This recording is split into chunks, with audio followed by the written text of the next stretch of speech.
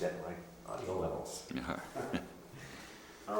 So which branch of the service were you in? I was Army and infantry. Infantry. Mm-hmm.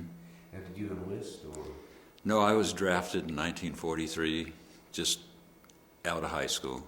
Out of high school. Yeah, and Do you remember what you were doing the day before you got drafted? Or the day that you did get drafted? no, I don't. I don't remember. I was 18 years old and just had turned 18. I think I was just. I think I went down to. In fact, I know I did. I went down and, with my draft notice in hand, and said, "Well, I'm ready." So they said, "Well, you have 9 days to clear things up," and I said, "Well, I'm ready now." You know, I was only 18 years old. What did I have to clear up? Say goodbye to my parents. And that was about it. And they gave me the 9 days, and I spent that with my family and my high school sweetheart. Then I was gone. Went to Fort Ord in California. That was the place where most of Northern Californians went when they were drafted.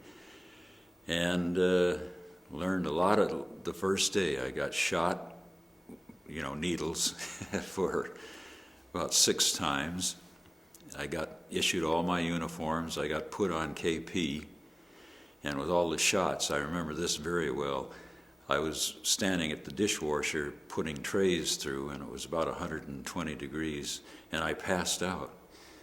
And next thing I knew, I was in my bunk and woke up, and I was fine. But it was just, I guess, the reaction to the serum and so on that had got me. And so we were there just long enough for some indoctrination and testing, and then we were sent to different places. I went to Abilene, Texas, to an ordnance outfit, and I was there from March of 1943 until June of 1943. Then I was sent to Springfield, Massachusetts to do some schooling for ordnance, and then I came back from that in August. And I had always wanted to be an Air Corps pilot, so I went and took the tests to be a pilot. At that time, they needed them pretty badly, so I had passed the test, and I went to Shepherd Field, Texas, and then to Canyon, Texas, which was the West Texas State Teachers College, because they gave us a 6-month college course.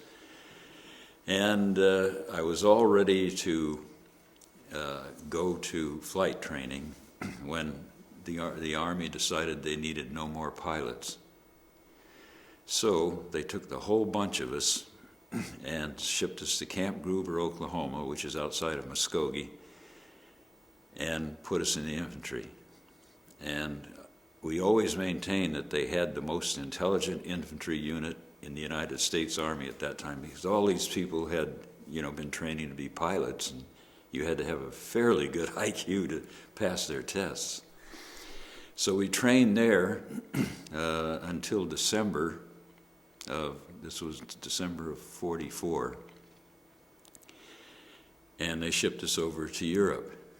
And we were pretty green troops at that time, and we landed in Marseille, and then we started trucking on up toward the front lines, the Battle of the Bulge occurred just as we reached the front lines, as you may know, and that was Christmas of 44.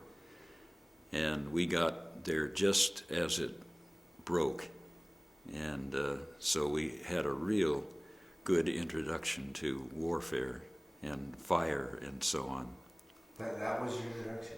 Yeah. I mean, that was where we got our baptism of fire. And so you're all of maybe 19 by now? Yeah, I had turned 19 in October, the former October. And in fact, most of us were pretty young because of the pilot training we had been in. And then we had a few of the old-timers who were the cadre of the unit, the Rainbow Division. It was the 42nd Infantry Division we went to, called the Rainbow Division. And we then got we got on the fringes of the bulge. We didn't get right into the middle of it, but we were ready, and we were doing a lot of shooting at that time. And then they moved us down to Strasbourg, which was an open city, and we were on one side of the river, and the Germans were on the other side of the river, and we would stand up and wave at each other, and they'd come down and do their laundry, and we wouldn't shoot at each other. But then they moved us. The fighting was going on north of us, the real hard fighting north of us in Hagenau and in Gamsheim, it was called. And each night the Germans would take the town, and each day the Americans would take it back. And we were sent up there on one of the attacks, and we finally drove the Germans out, and they never did take it back. But then in March, it was kind of static from the end of the bulge until, it wasn't really static, but it was a slow-moving war until about March of 45.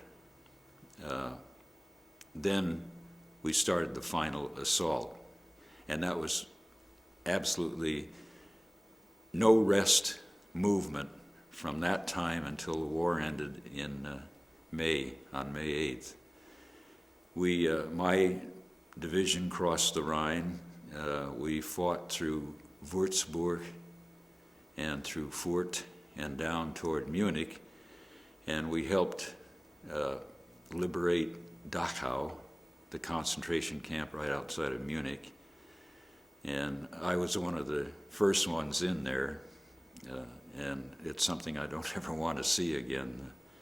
Just bodies all over the place, and the smell.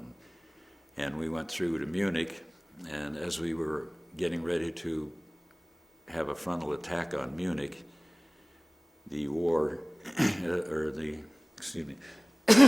we were attacking Munich, we were informed to hold up because the SS troops were being fought against by their own Wehrmacht troops because they wanted this thing over with. They were losing too many people.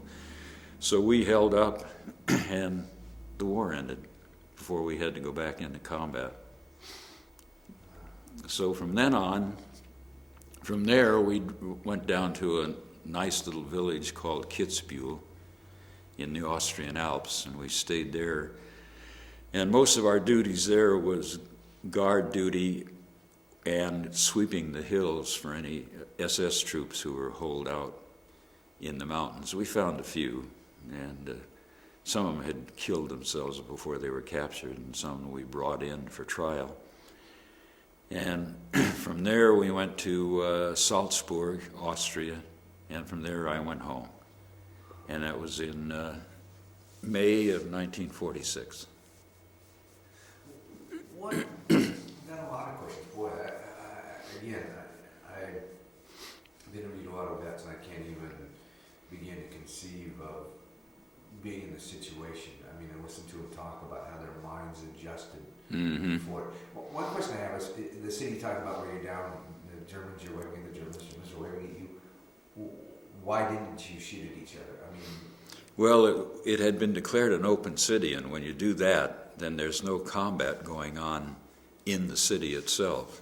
So what happened, most of the cities that were taken in Europe had to be fought for, house to house. But when you open a city, that means that they won't shell it, they won't shoot at you. And so until that open city is declared null and void, then you start out at each other. But we were pulled out before that happened, before the final attack. So, is that a part of the Geneva Convention, I assume? No, it was just something that was agreed to both. I don't know how it came about, but it's the only place that you could drive at night with the lights on. Otherwise you had these little blackout lights, and nobody ever bothered you. Nobody fired any artillery or anything at you. It was kind of something you don't expect in a war, Because that gives a very, for lack of a better word, surreal. I mean, in a way, if you remove the tragedy, it sounds like kids playing war. Well, No man's almost. land. Yeah, almost. We had various incidences where we would not fire on each other. For instance, at one time we had killed a cow, or a cow had been killed out in the field, and the Germans wanted food, and we wouldn't have minded a little fresh meat either, so we just waved the flag, and both sides came out, cut what they wanted, went back, and then the shooting started again.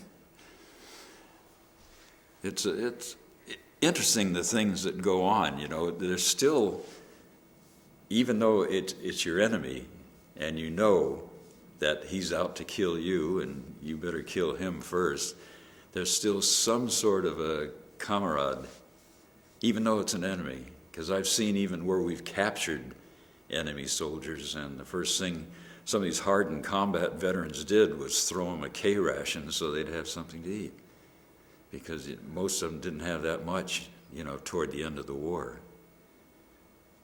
And it was quite interesting. See, that's again. Now I saw it in the POW camps. You know, oh, Yeah. we're captured. Geneva Convention says we got to be nice to you. Yeah. Except in Japan, where they didn't recognize it. Geneva Convention. As a 19-year-old kid, what's your mindset during all? Okay, the Battle of the Bulge. Mm-hmm. Do you know what it is? Oh, yeah. So you know what you're going. Well, into? we really didn't know that how far it had gone. I mean, the regular GI, if you think about him, well, we were they call them grunts now. We were dog faces then, they called us.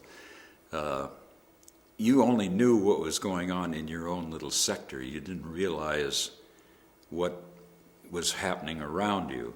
And here, the Germans had broken through, and they were hitting people from the rear, and they were trying to take Liège or Bastogne. And but you were only concerned, say, with 2,000-3,000 yards on both sides of you. And at that time, I don't know if there was a movie put out, it was called Battleground, and it was right after World War II, and Van Johnson was in it, and quite a few name stars, but it was about the Bulge, and they covered it pretty darn well. And it's just this one group of soldiers, and it reminds me of us, who we knew what was going on because they told us. Germans had broken through and all that, but we were only concerned with the area we were covering. And the big picture was left to the generals and so on. But there was no way. We were running out of ammunition, we were running out of gas for the tanks. We were running low on food, and all we could do was cover our own territory, cover our own, wherever we were assigned. And we would have troops falling back, coming through us, and there was no place to go because we were completely surrounded. So the only thing you could do is go to the middle of and rest, and then come back and fight again. But as I say, we were more on the fringes, and even we didn't know what was going on. But the Germans kept coming, and we figured, well, something big is going. I assume you could hear, you could see, you saw wounded people coming back, you could hear bombings going on. I mean, was it? Well, they couldn't fly because of the fog, so we couldn't get any air support, but we could hear the German tanks, and we could see the troops, and we could open fire on, but it got to the point there where you were very careful about opening fire, especially if they were coming up with tanks, because you were sitting there like just almost naked out in in your foxhole, and they just turned that tank on you. And unless you had a good anti-tank gunner, you probably cash in about that time. So if you fired, it identified where you were, in other words. Yeah. Yeah. Yeah. Huh. So what was a day like? I mean, Well, the Battle of Bullets, how long was that for you? How many days? Ballpark. I think that lasted from about the 19th of December over Christmas, almost till New Year's. So you had a number of weeks. Yeah. What was a day like for you? I mean, what was your living condition? What was the environment? Oh well, we were in holes in the ground, and it was cold. It was the coldest winter they'd had in 85 years in Germany, in Europe, and we lost a lot of people to frostbite and just freezing. But all you did, you got up and moved, changed your socks every day, and otherwise you just manned your position. That was it, and waited for word from headquarters, if it came or not. We were always hoping we'd get the order to move out, but it didn't come because they were all around us. Finally, it broke up when the sun broke through the fog, and the Air Corps could come in, and they started bombing and strafing and dropping. The C-47s came in and were dropping food and ammo and gasoline and things like that. And then we were able to break out. And as I said, from then until March, it was fairly static. We moved forward, took territory, and they crossed the Rhine, and then we got to the town of Würzburg, I guess it was, well into Germany. And at that time, and I can't remember the date, but everything opened up from our side because we were starting our final push, and it was going to be a concerted effort. And then we started moving fast. And they'd load us on trucks even. We were chasing the Germans back so rapidly. And as I say, then we went to Fürth, and then to Munich, and it was over. Let me back up and ask one quick one. You said we were in holes when I asked the living conditions. Now, do you mean a traditional foxhole? Mm-hmm. Yeah. So as you're moving, are you digging a hole and getting in it, or I mean, Well, it depends on if you can stop or not, because once we had them on the run, we wanted to keep them on the run. So usually nights we would send one unit through another. In other words, let's say that we'd been moving all day and we had a battalion in reserve, and that evening we would stop maybe and dig in. You didn't dig very deep then because you knew you weren't going to occupy it very long. And then the other unit would go through and continue the attack. So we kept the Germans off balance, moving backwards as much as possible. So one person in a foxhole? Well, it depends. Sometimes you had two. You had a foxhole buddy, they called them, and sometimes you just dug just enough that you could lay down and your body wouldn't be exposed. It maybe only a foot deep or 6 inches deep or something, just so. Or you'd just find the ground where there's a dip in it, and you'd get in there. So what do you do? I mean, You sleep. Really? Oh yeah, you're tired. That's one thing they always said about the dog faces, that they could sleep any place. It didn't make any difference where you were, you could fall asleep. Give you a 10-minute break, you'll fall asleep. So battles going, I mean, you're visual contact with your enemy at this point. Yeah. Mm-hmm. So you're laying in a, you found either a little low point or you dug yourself a foxhole and you go to sleep. Mm-hmm. I mean, you eat in your foxholes, you do everything in your foxholes? Just about, yeah. Now, an interesting one that I didn't think about, there was a gentleman I interviewed from Evo, and he ran into another buddy that's from Evo, and they were talking, and he finally stopped, and he looked at his buddy, and he said, do you ever remember going to the bathroom at Evo? And his friend said, I can remember peeing on my boots in the foxhole. Mm-hmm. But I mean, it's a weird thought, but, yeah, here you are on this war front. Are you that afraid? I mean, if you can sleep, fear must... What happened to your head in that situation? You're just so exhausted and so drained emotionally, I guess, because, there's more to it than just moving on and pushing the enemy out of the way. Where's the bullet that's going to get you coming from? And having people drop on both sides of you, and you're still going. And as far as, I don't remember going to the bathroom either, except peeing. In fact, during the bulge and part of the winter, you'd wake up and you'd have to pee on your M1 in order to get it to function again because it'd be frozen solid. But, little things, even eating. I know we had some hot meals, but I can't really remember them. We had a lot of cold meals, and we had like sterno to heat our water for coffee. And sometimes they bring hot food up to us, especially when we were pulled back into reserve. But actually, those are kind of minor, and let's just stop and think about now, where did I eat? What did we do on Thanksgiving or on Christmas Eve, and what did we do on New Year's Eve, and those things like that.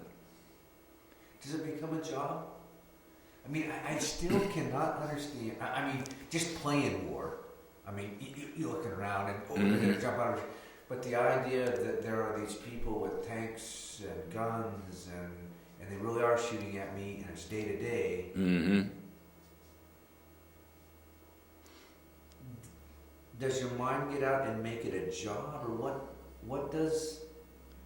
Can you remember? I don't even think of it as a job. I just think of it as being alive day to day. And it was something we all felt we had to do. And I never did look at it as a job. In fact, I hate to say it, but I look at that as the best years of my life, but I wouldn't want to do it again. Excuse me. Once is enough. Well, I did it in Korea too, but once is enough. Which is interesting, because that was a question I usually ask a little later, but out of your whole life, when you put World War II on that timeline, it was a very short time. Mm-hmm. But yet, the veterans I've talked to seem to have developed these very unique experiences, but the camaraderie among these men and women that they served with. Yeah, there is a great deal of that.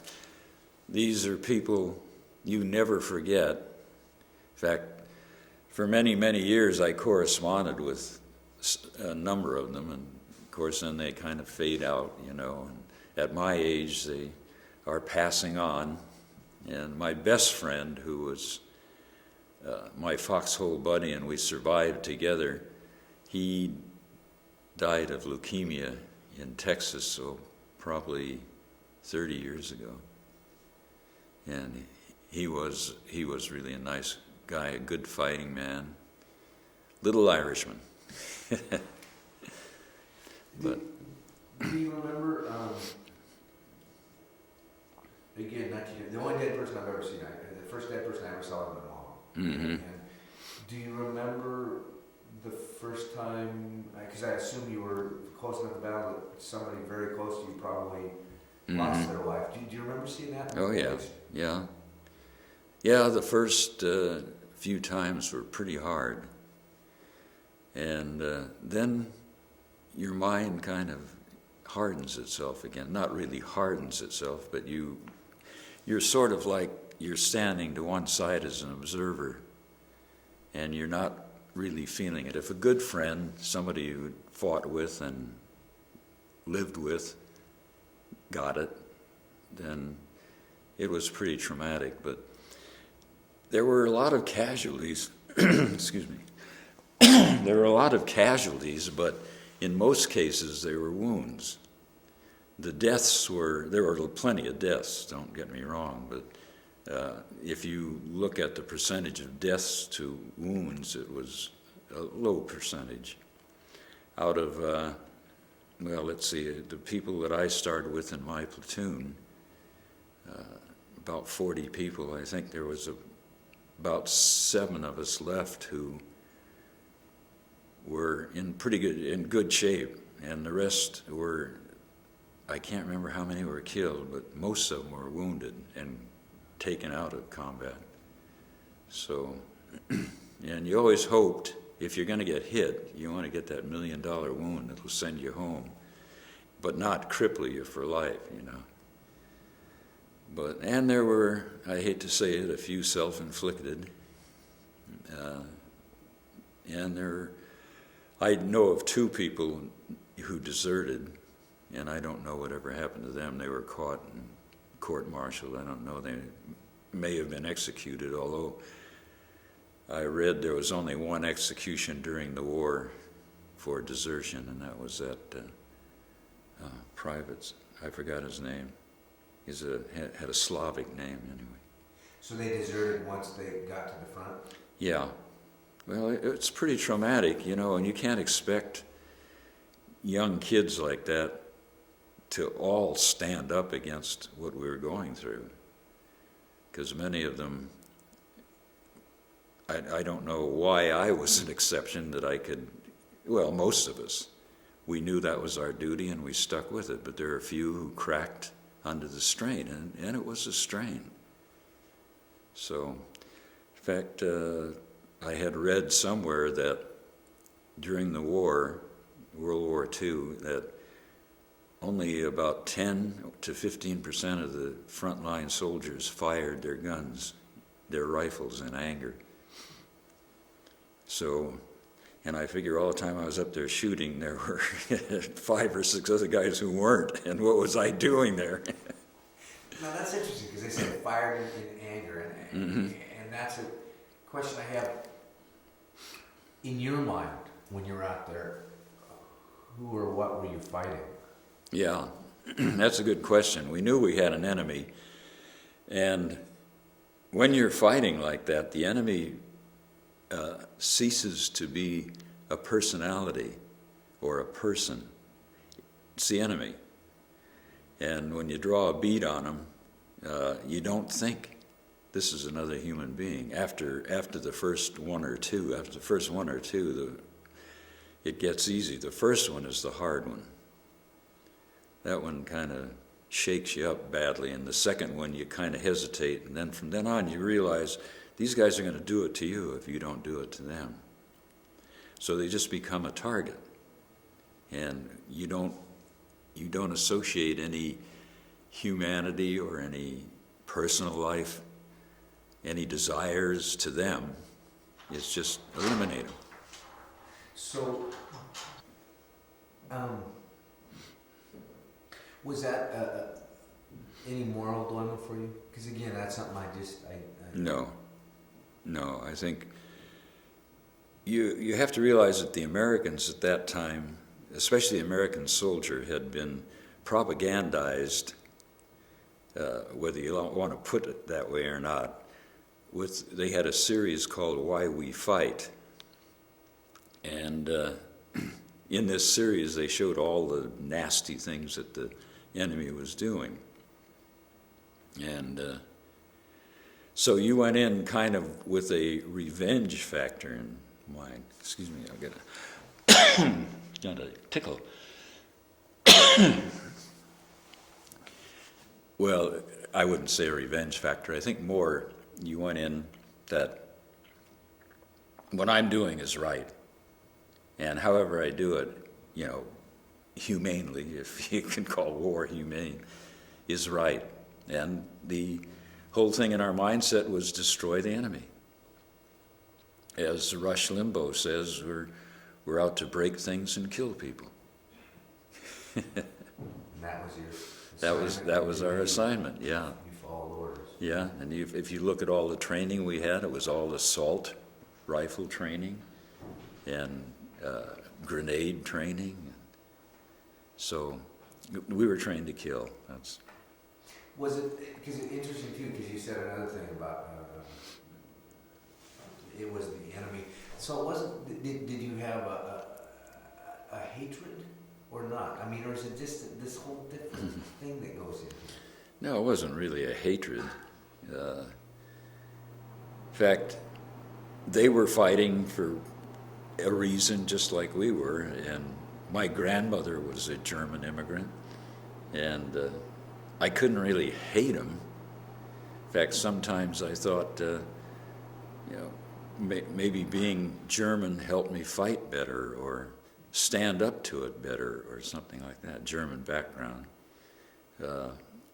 I don't know. It's just something you had to do. You asked me before if I felt it was a job. We always said, well, it's our job to win the war, but we never thought of it as a job per se, but just as something we were going to accomplish, and then the world would be back to where it was when we started. And that's what we wanted. Everybody wanted to go home. You wanted just to get it done. Yeah. But do you think it was an advantage being so young? Yeah, well, maybe so. We might have been too dumb to realize what was going on, but you know how young people are. They think they can conquer the world, and we were no different. We were brash. I guess you could say we believed in our cause, and we loved our country. And it was an affront to us to have somebody declare war on us and attack us. In fact, when I was 16 was when Pearl Harbor occurred. I think it was 16. And I remember we were sophomores in high school or something, and every one of us wanted to go down and enlist right then, It's, but of course, no prayer. So we just waited until things settled down, and then we waited till we got our draft notices, which we knew were coming. That was one of the disadvantages I suppose we had, still being in high school and trying to make good grades and everything. You knew where you were going to end up. But on the other hand, the way it worked out, the results and the GI Bill and everything that came after, my grandfather and my father had both worked for the Navy Yard in Vallejo, and this is where most of the fellows in my hometown were supposed to end up working. But as it turned out, most of the people I went to school with went to college, university, became various professionals, and I think that's what got me started on the foreign language teaching business. Otherwise, I could have ended up just like my father and my grandfather, working for the government, which I didn't want to do. And most of the people who worked there after the war were the people who were brought in from other parts of the country to fill the war jobs. And that's how California's Bay Area got so full, too.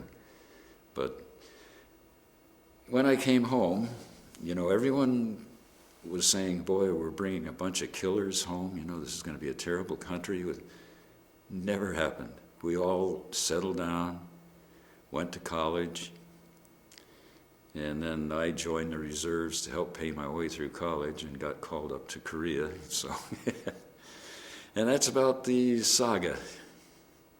From my point of view, I was just a rifleman.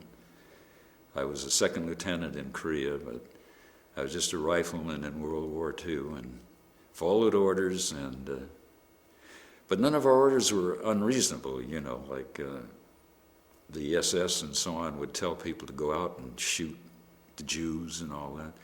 Nothing was unreasonable. We were never ordered to kill a prisoner or do anything like that. And once we caught a prisoner, he was a human being like anybody else, once they surrendered. It's interesting, because that's the other thing I always wondered about war is, so your troop was ballpark, how many people? Your platoon. Oh, my platoon was 42 people. So communication on the battlefield, how did they get information? I mean, were you always aware of what you were supposed to be doing? Or for a while you were sitting there going...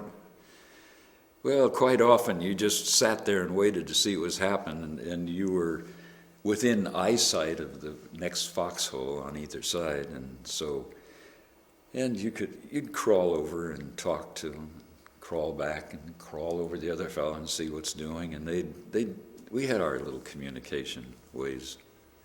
So do you crawl over and, hey Charlie, how's your day going? All quiet over here, Charlie. Any movement out there? And haven't seen a thing, you know. Okay, how about Tom over there? No, he hasn't said anything.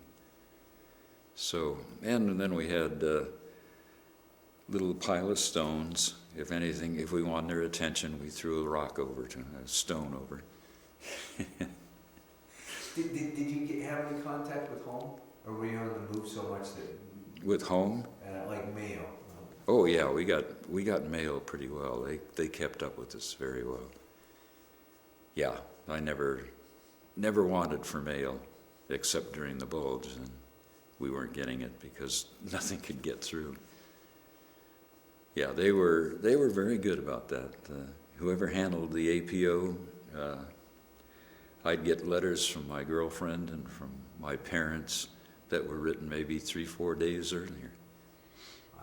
Yeah, so they were flying them over.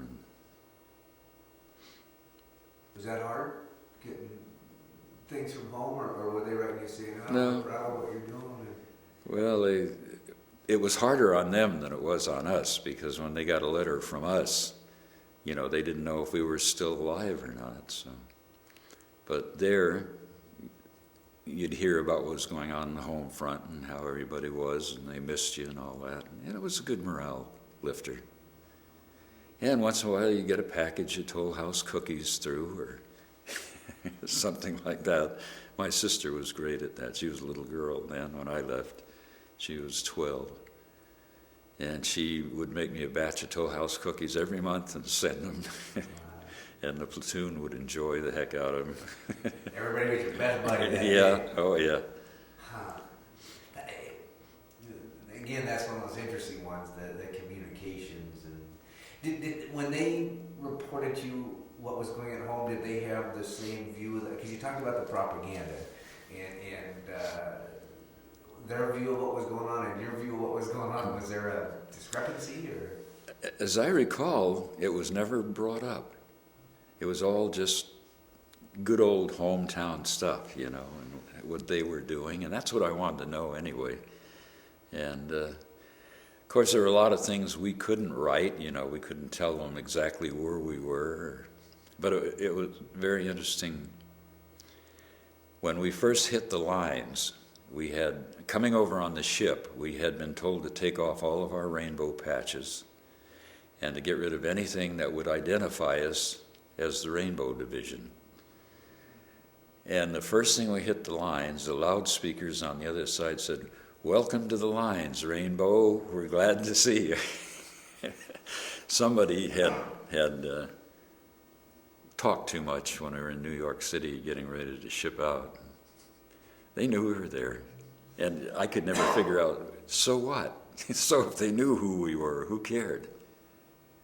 So when you wrote home, did you try to... I talked to one gentleman, he's talking about Guam, and he just wrote Guam backwards, and the guys didn't cut that out. Did you try to give information, or you just kind of wrote them and said, okay? No, I put somewhere in France or somewhere in Germany, and anybody who had access to a map knew where the Americans were, in what area, and the British and the Canadians and so on, so they could pretty well figure out where I was. But I just wrote them how things were going, and didn't complain too much, or didn't let them know that I was in any danger. So I think most of the guys did that just to kind of keep them from worrying, because I know my dad worked in the shipyard at that time, and then my mother worked also. She always said, I want to help the war effort. And my little sister kicked in, and she did all the cooking and the housekeeping. And so it's pretty good morale at home. And my mother would write and say, is there anything you want? And I'd tell her, well, Mom, what I want is your favorite meal, and you can't send that, you know.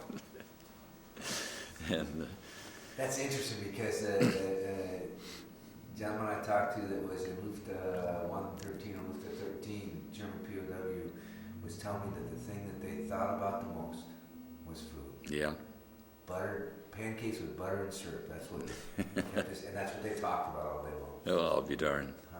Yeah, well, my favorite was my mother's baked brown beans. Oh, they were so good. Pork and beans.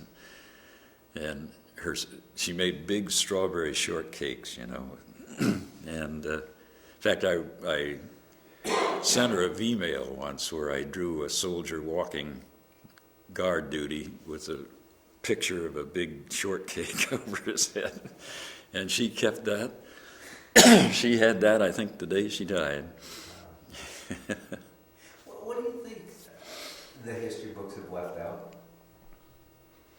Gosh, I couldn't say that. I thought they did pretty well. I've read an awful lot about, well, both wars and the Korean War.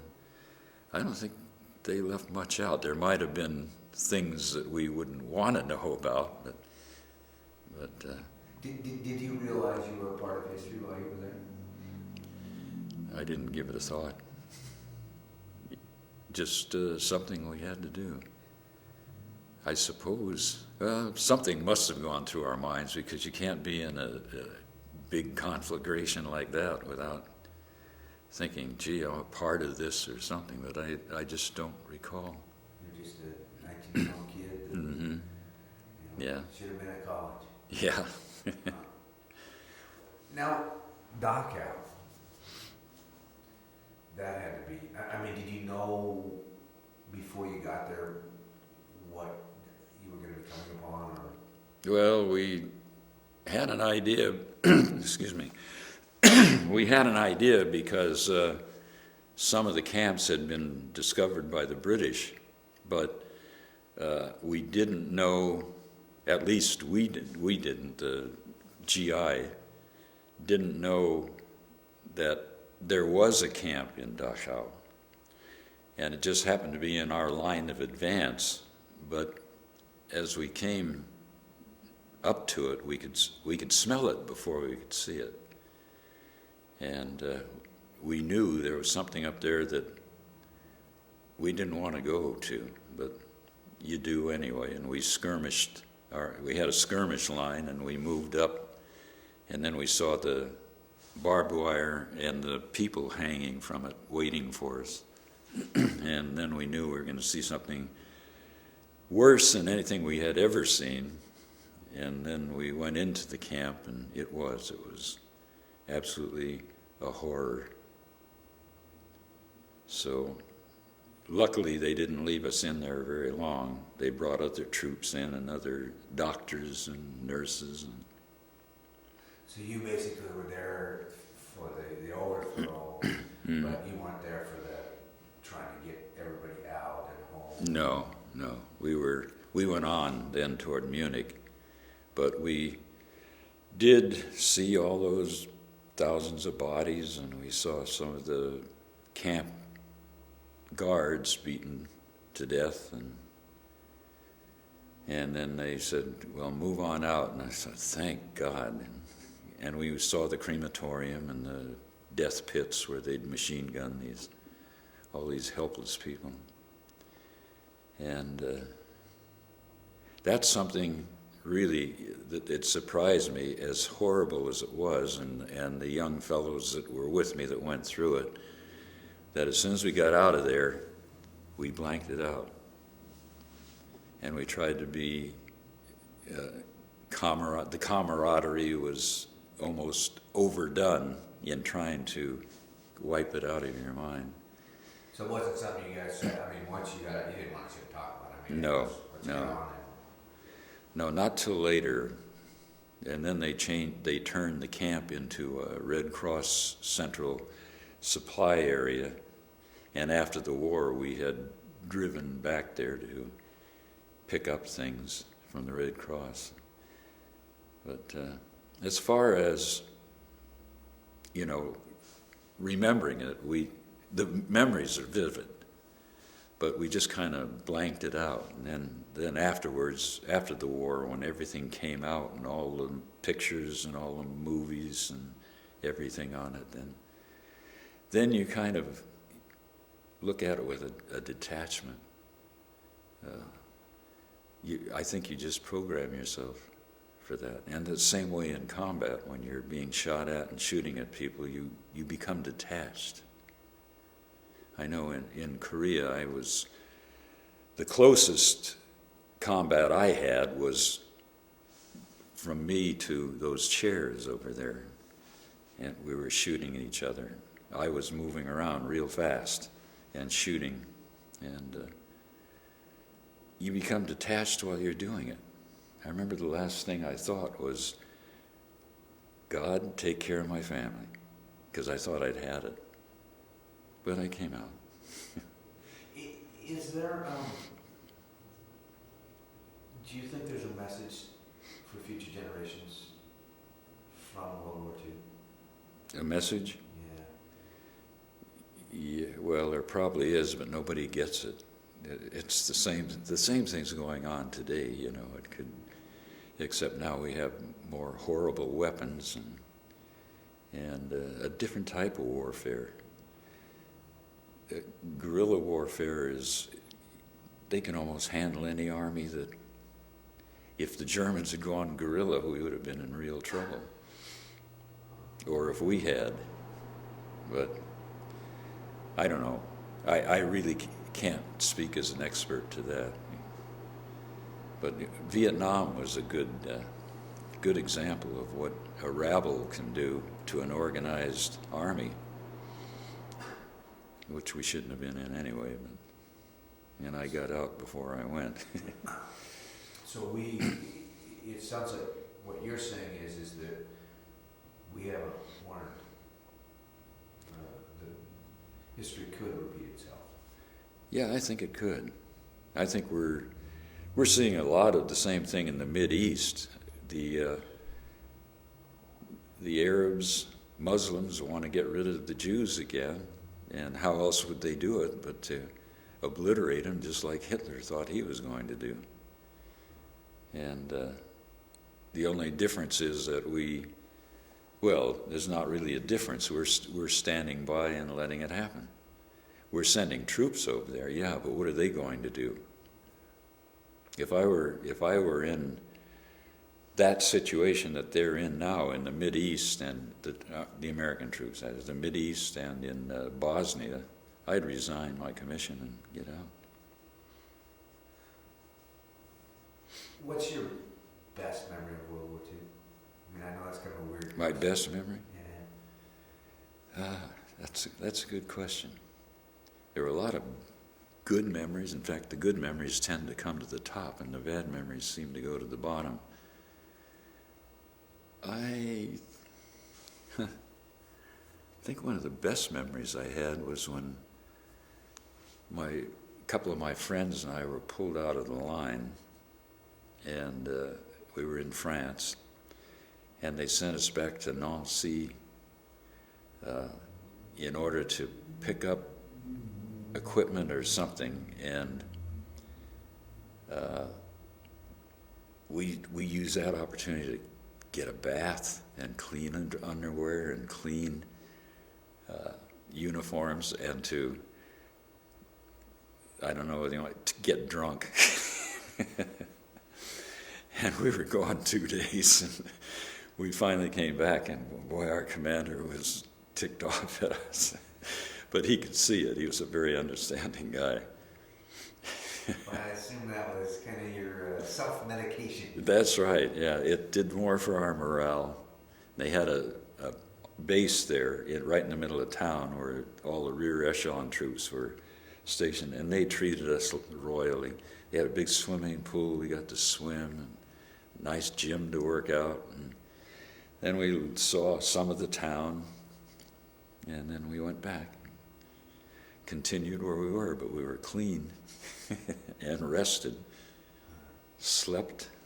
I think we slept about 12 hours straight. But there were a lot of good things that happened, and there were a lot of terrible things. And as I say, the good things seem to come to the top. And the times you remember were something you can laugh at. Did you come home proud to be American? I just came home, another guy coming home, Yeah, I was always proud of being an American. And I wish that pride would permeate the country now rather than what it is. They're looking at America like, we're the big bad guys in the world, and can't see that. No, we felt we had done a job. We'd liberated a lot of people. We didn't really think about the people we left in captivity behind the Russian zone, but we just felt we had brought freedom to the world, and that was a typical, almost teenage mindset, I think. Whereas the older folks, especially the service, they knew they were still facing problems. We thought, well, it's all over now. We can go home and we can begin our lives again. But one thing I didn't realize is that you can't go home again. You go home and you expect things to be just like you left them. And they're not. You've changed. People have changed. A lot of them didn't come back. And even though I went to the same college that was my high school, they had made a community college out of it, and I started out there. It was a whole different generation. A lot of my friends were there, but our whole attitude had changed, and the things we used to think were fun were kid stuff. So I assume it was a combination because you left a kid and came back a man, yeah. Saved the country in between. Mm-hmm. Even though I was only 21 when I came back, and the change was amazing. What do you feel when you see the flag in a parade or being raised, the national anthem, Stars Spangled Banner? I still get chills. I still believe in my country. I think that, and I see a change coming to go back to that sort of thing. I think we went through the 60s.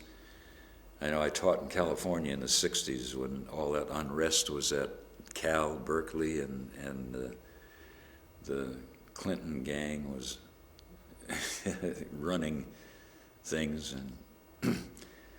And even then I didn't get too discouraged, but as that group got old enough to run this country, that's when the discouragement set in.